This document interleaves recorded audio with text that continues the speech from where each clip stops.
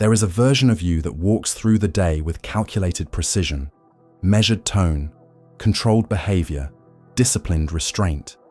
You've built him carefully. He knows how to speak, when to hold back, how to present himself in a way that avoids judgment and maximizes respect. He is your social armor, your constructed identity. But the moment you fall asleep, that structure begins to dissolve. Not slowly, violently. The rules you lived by hours ago lose authority, and something older begins to surface. Something less concerned with approval and more aligned with truth. Fyodor Dostoevsky spent his life exposing this split, the distance between who a man claims to be and what exists underneath when pressure removes the mask. Sleep is that pressure. And your dreams are not random hallucinations, they are confessions. You don't choose your dreams the way you choose your words. That's what makes them dangerous. There is no time to filter, no opportunity to reframe, no audience to perform for. You are placed inside scenarios that feel real, driven by impulses that don't ask for permission. And in those moments, you are not reacting as the man you pretend to be. You are reacting as the man you are when no one is watching. That is the version you need to study, because it reveals a pattern of desire, of attraction, of curiosity that your waking life either suppresses or disguises. The mistake most men make is dismissing this as just a dream. That is intellectual laziness. Your mind does not waste energy creating meaningless narratives night after night. It is revealing something you have not been honest enough to confront while conscious. Understand this clearly.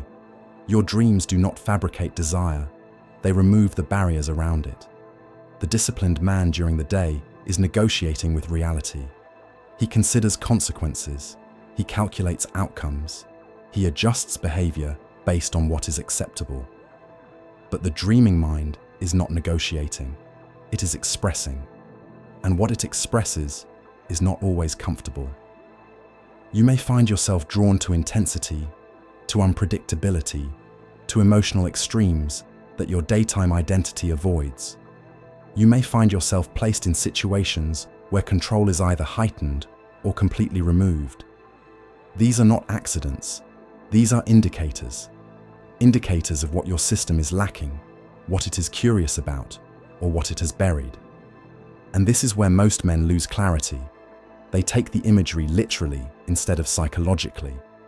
They see a person in the dream and assume the desire is about that individual. It rarely is. The mind speaks in symbols, not direct statements.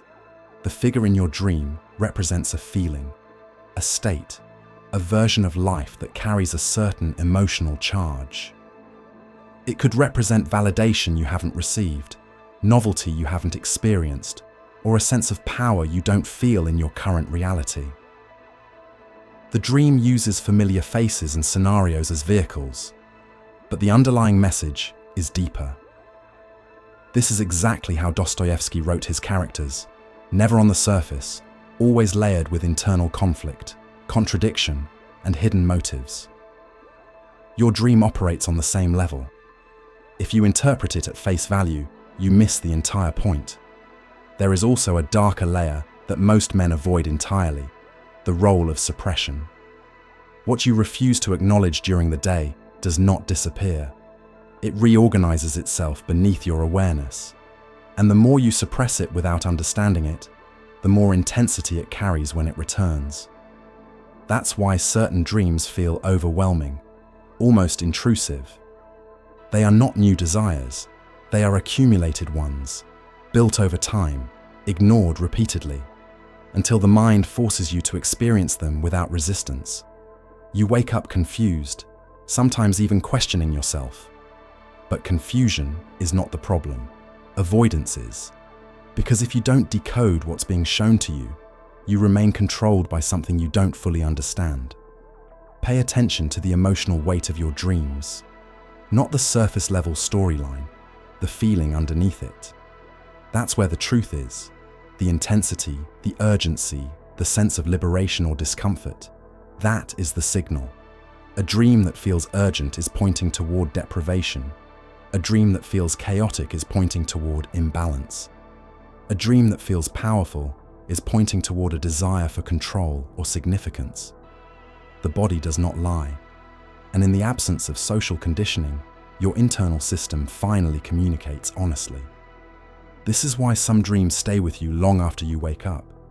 They touch something real, something unresolved. And here's the reality most men aren't ready to face. You are not a singular identity. You are a collection of drives, impulses, and competing motivations. The version of you that operates during the day is only one part of that system. It is the most socially acceptable part, not necessarily the most truthful one.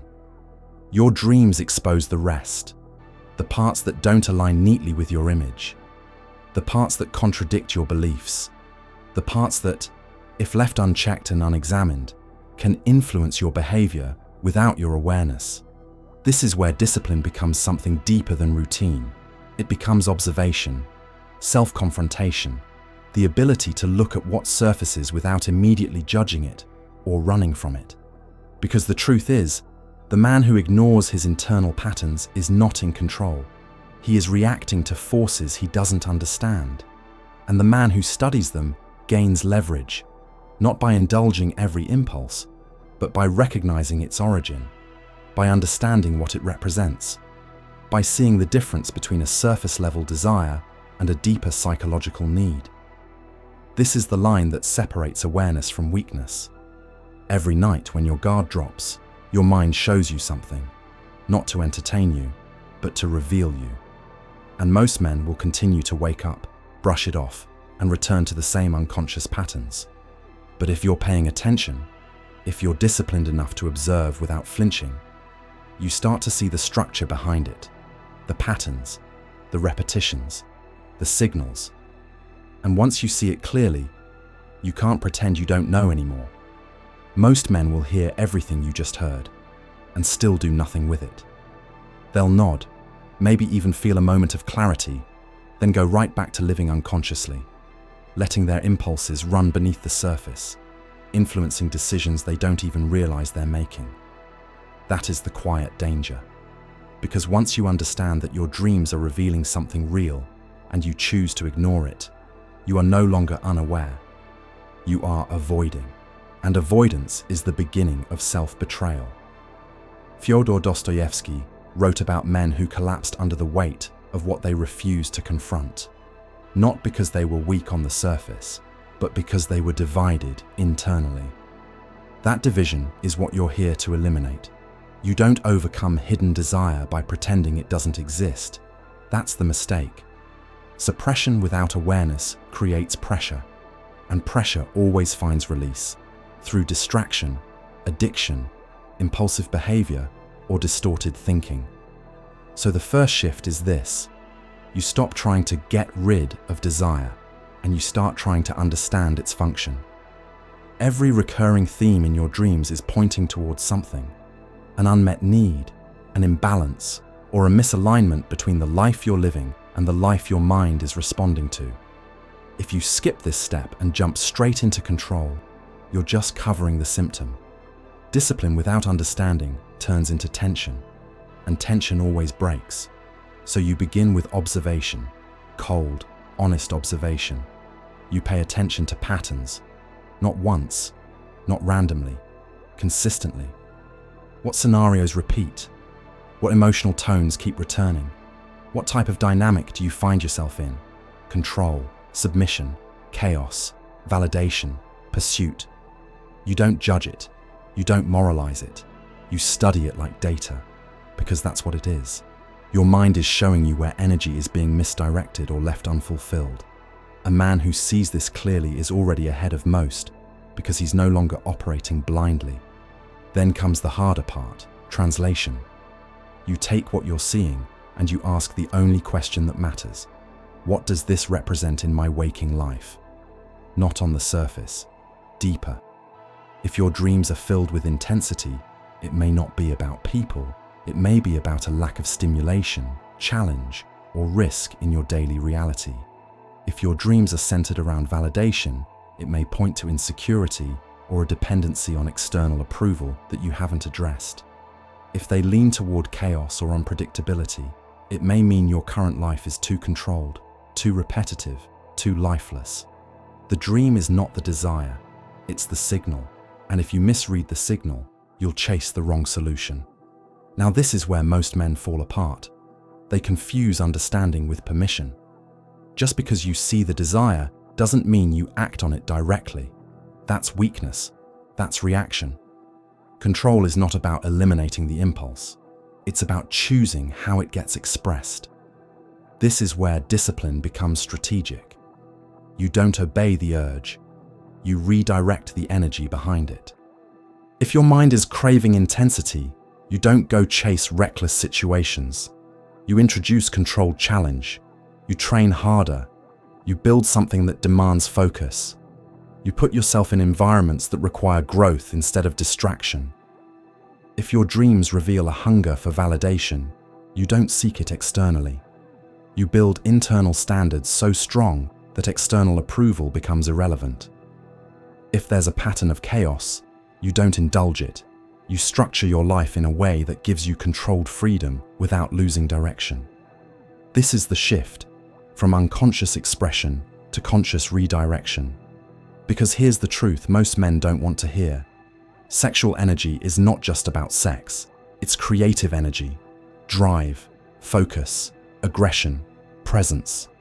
And if you don't give it a higher outlet, it will default to the lowest one. That's why men fall into cycles, because they never learned how to channel it. They either suppress it and feel tension, or they indulge it and lose control. Both are forms of weakness. The disciplined man does neither. He converts it. You start building systems around this, not vague ideas, real structure. You control what you consume because what you feed your mind directly influences what shows up in your dreams. You reduce overstimulation, constant scrolling, constant novelty, constant distraction, because that trains your mind to chase intensity instead of building it. You regulate your environment, your habits, your inputs, because your subconscious doesn't operate in isolation. It reflects what you repeatedly expose it to. You also bring awareness into your waking interactions. The way you move, the way you engage, the way you handle attraction in real life. If you're passive during the day, your mind will compensate at night. If you're disconnected from your own desires in reality, they will reappear unconsciously. So you don't just analyze, you adjust. You become more present, more intentional, more controlled in how you express yourself. Not reactive, not impulsive, calculated.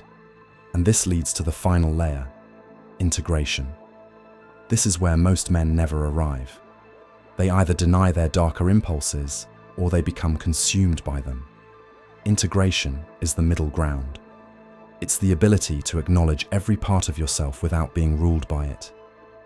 You understand your capacity for desire, for intensity, for contradiction.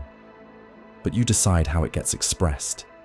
Not your impulses, not your environment. You. Because once you reach this point, something changes.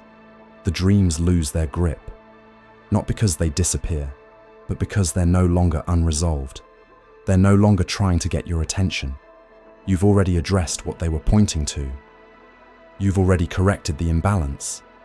And now, instead of being controlled by what happens when you sleep, you carry that same level of awareness into how you live when you're awake. That's the real goal. Not control in isolation, but control in continuity. Because at the end of it all, the man who understands his hidden desires is not the man who eliminates them. He's the man who decides what they become.